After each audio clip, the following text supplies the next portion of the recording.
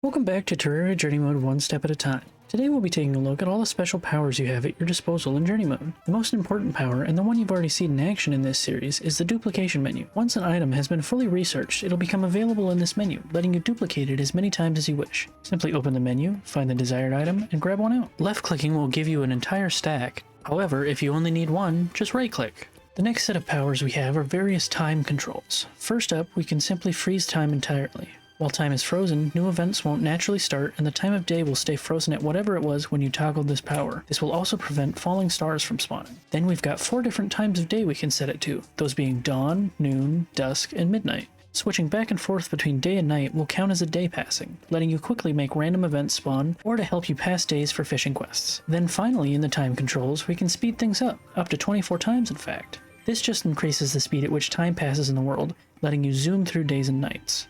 Next up, we have the weather controls. These allow you to set the wind speed and direction as well as the amount of rain. You've also got 2 toggles that control whether or not the weather and wind can change on their own, or if they'll stay stuck at what you have selected. The personal power menu is one of my favorites, and potentially one of the most important. The first power in this section is God Mode. Turning this on makes you immune to all damage and knockback, as well as giving you an unlimited breath meter and unlimited mana.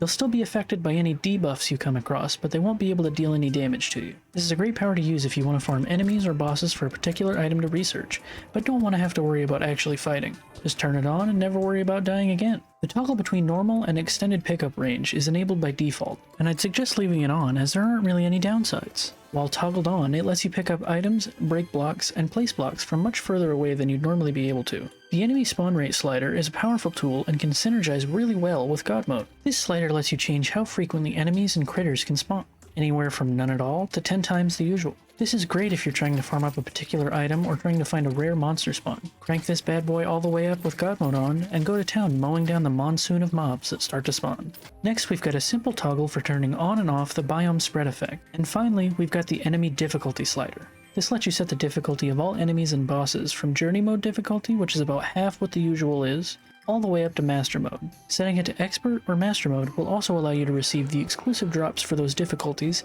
as well as changing the boss's AI to their tougher versions. That's all for now, but make sure to keep your eye out for the next step in the journey.